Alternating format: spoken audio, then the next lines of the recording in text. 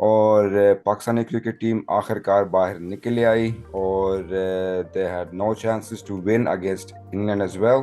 کافی بری طرح مار کھائی ہے انگلینڈ سے، جو کہ کافی ایک بری ٹیم سمجھی جاتی تھی اس پورے ورلڈ کپ میں. تو کھلاڑی صاحب، یہ پاکستان کی ٹیم اس قابل تھی؟ جی دیکھیں، بات یہ ہے کہ کرکٹ کی دنیا میں پلیئرز کا فارم میں آنا اور فارم سے جانا جو ہے یہ ایک یوزول روٹین کی بات ہے. تو میرے خیال میں ہوا یہ ہے کہ انگلینڈ کی ٹیم دوبارہ فارم میں آ گئی ہے. سارے پلیئرز پھر سے پرفارم کرنا شروع کیا انہوں نے. میرے خیال میں یہ بس پاکستان کی بدقسمتی سمجھیے گا کہ وہ اپنے لاسٹ میچ میں بالکل ان کی کوئی موٹیویشن نہیں تھی. آپ ذرا وہ میچ اگر اس کی ہائی لائٹس دیکھیں تو آپ کو آئیڈیا ہو جائے گا کہ they were taking it on a very light note. تو میرے خیال میں کوئی ٹیم اسپرٹ نہیں تھی. ٹیم کا مورال بالکل ڈاؤن ہے. اور میرے خیال میں اب ہم صرف یہی کہہ سکتے ہیں کہ ان کو اب ایک کمپلیٹ جو ہے نا سب کچھ پورا یہ سسٹم چینج کرنا پڑے گا. کیونکہ پلیئرز جو ہیں، پلیئرز کا آپ دیکھیں گے کہ یہ پلیئرز سارے ڈومیسٹک کرکٹ میں اور جو پی ایس ایل ہے اس میں یہ پرفارم کرتے ہیں، لیکن جب یہ بگ ٹورنامنٹس میں آتے ہیں تو ان کا بالکل یہ ایک دو میچز میں پرفارم کرنے کے بعد یہ صرف اپنے آپ کو، ان کی ساری کوشش ہوتی ہے کہ کسی طرح سے یہ سیف رہیں. تو میرے خیال میں جو باٹم لائن ہے وہ یہ ہے کہ سسٹم چینج کرنا پڑے گا، اس کے بغیر کوئی چارہ نہیں. No doubt. اور جب سسٹم سے مراد ہے تو جو پولیٹیکل انفلوئنس ہے، as we mentioned in our last podcast as well, اس کا کافی برا اثر پڑتا ہے ایسے حالات میں، ایسے ٹیموں میں. پروفیسر صاحب، یار اس حوالے سے میں تھوڑا سا سیریس ڈیبیٹ کرنا چاہوں گا. میرا خیال ہے کہ آپ لوگ اگری کریں گے کہ ایک تو جب یہ ٹاس ہارے ہیں پاکستانی، کیونکہ ان کو پہلے یہ بڑا شور مچا رہے تھے کہ ہم لوگ اوپن کریں گے، اور بابر اعظم نے یہاں تک کہ نام بھی لے لیا کہ فخر زمان ہمارا جو ہے وہ میچ کو اٹھائے گا اور ہم 400-450 کر لیں گے اور ان کو 150 پہ آؤٹ کر کے ہم سیمی فائنل کے لیے کوالیفائی کر لیں گے. جب یہ ٹاس ہارے ہیں تو ظاہر ہے پھر تو چانس ہی نہیں بنا کہ اب تو انگلینڈ نے بیٹنگ کرنی اور ان کو جو بھی ٹارگٹ ہوگا وہ 2.5 اوور میں چیز کرنا پڑے گا. تو سارا سینیریو بدل گیا اور اسی ٹائم وہ ہمت ہار گیا. اس کے چہرے سے لگ رہا تھا کہ بس وہ ہار گئے. اس کے بعد انہوں نے ہاف ہارٹڈ اٹیمپٹس کیے ہیں ساری جو بھی کیا ہے. اور پاکستان کی ٹیم ایک تختہ مشق جس کو کہتے ہیں کہ لوگ اس پہ پریکٹس کرتے ہیں، اس ورلڈ کپ میں وہ تختہ مشق بنی ہوئی تھی کہ لوگ آتے تھے اور اس پہ پریکٹس کرتے تھے. حالانکہ انگلینڈ جیسی ٹیم جو باٹم میں تھی، پاکستان سے جیتنے کی وجہ سے انہیں ٹاپ 8 میں موقع ملا آنے کا، اور اب انہوں نے چیمپئنز ٹرافی کے لیے کوالیفائی کر لیا، تو ان کے لیے اتنی ہی اچیومنٹ کافی ہے. تو پاکستان نے تو مایوس کیا. دوسرا میں جو سیریس نوٹ پہ جو جانا چاہوں گا وہ یہ ہے کہ ہمارا جو چیف سلیکٹر ہے انضمام الحق، اس نے بہت ہی غیر ذمہ دارانہ قسم کا بیان دیا تھا جب یہ ورلڈ کپ سٹارٹ ہونے کے بعد، جب پہلا میچ پاکستان ہارا انڈیا سے. تو اس نے یہ کہا ہے کہ پاکستان میں ٹیلنٹ ختم ہو گیا. اور یہ جملہ سن کر جو ہے وہ جو جتنے بھی کرٹکس تھے اور جتنے بھی کرکٹ لورز تھے، سب نے بہت ہی افسوس کا اظہار کیا ہے کہ انضمام پچھلے تینوں ورلڈ کپ میں چیف سلیکٹر تھا، اور وہ اگر یہ سمجھتا ہے کہ ختم ہو گیا ٹیلنٹ پاکستان میں، تو وہ کس چیز کا چیف سلیکٹر ہے؟ اس کو ریزائن کر دینا چاہیے کہ یہاں ٹیلنٹ نہیں ہے، میں جا رہا ہوں. اور جو اتنا ٹیلنٹڈ لوگ تھے، جیسے احسان الحق تھا ہمارے پاس پلیئر، اور 4-5 بہت بڑے بڑے پلیئر تھے. ابرار تھا جس کو وہ لے کے گئے اور وہاں گھما پھرا کے واپس لے آئے ہیں. ان کو اس نے ٹرائی ہی نہیں کیا، حالانکہ لوگوں کا کہنا ہے کہ وہ بہت اچھا پرفارم کر سکتے تھے، اور پرچی پلیئرز کو ٹرائی کراتا رہا. تو یہ میرا خیال ہے کہ ہمارا پورا ڈھانچہ جو ہے وہ چینج ہونے والا ہے. انضمام نے تو یہ فیل کرتے ہوئے خود بھی ریزائن کر دیا، اور اسے میرا خیال ہے اب گھر ہی بیٹھ جانا چاہیے. اور پلیئرز کو جو ہے وہ ایک بہت بڑے سائیکیٹرسٹ کی ضرورت ہے کہ وہ ان کو ڈیل کریں اور ان کا دماغ جو ہے وہ بالکل صاف کریں، اور اس کے بعد ان کو لے کر آئیں.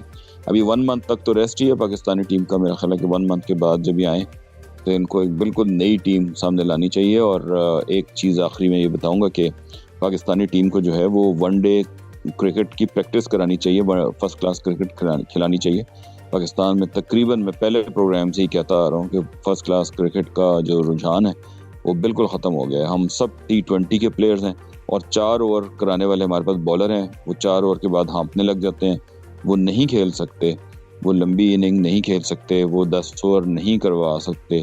تو کائنڈلی ان کو اب میرا یہ آخری مشورہ ٹیم کو یہی ہوگا کہ اب وہ فرسٹ کلاس کرکٹ کی طرف واپس توجہ دیں جیسے کہ پہلے کھیلی جاتی تھی. جی بالکل. اور میرا بھی یہی ماننا ہے کہ پاکستان میں بیسکلی اسپنرس کو بہت کھلانا چاہیے تھے اس ٹورنامنٹ میں, کیونکہ as Khiladi mentioned in one of our previous podcast کہ یہ جو پچز تھی یہ ایک اسپنرس کے لیے پرفیکٹ پچز تھی, اور پاکستان کی طرف سے 100 مطلب کہ فل ٹائم کوئی اسپنر اویلیبل تھا ہی نہیں, اور جو تھے وہ بھی ہلکے پھلکے چل رہے تھے.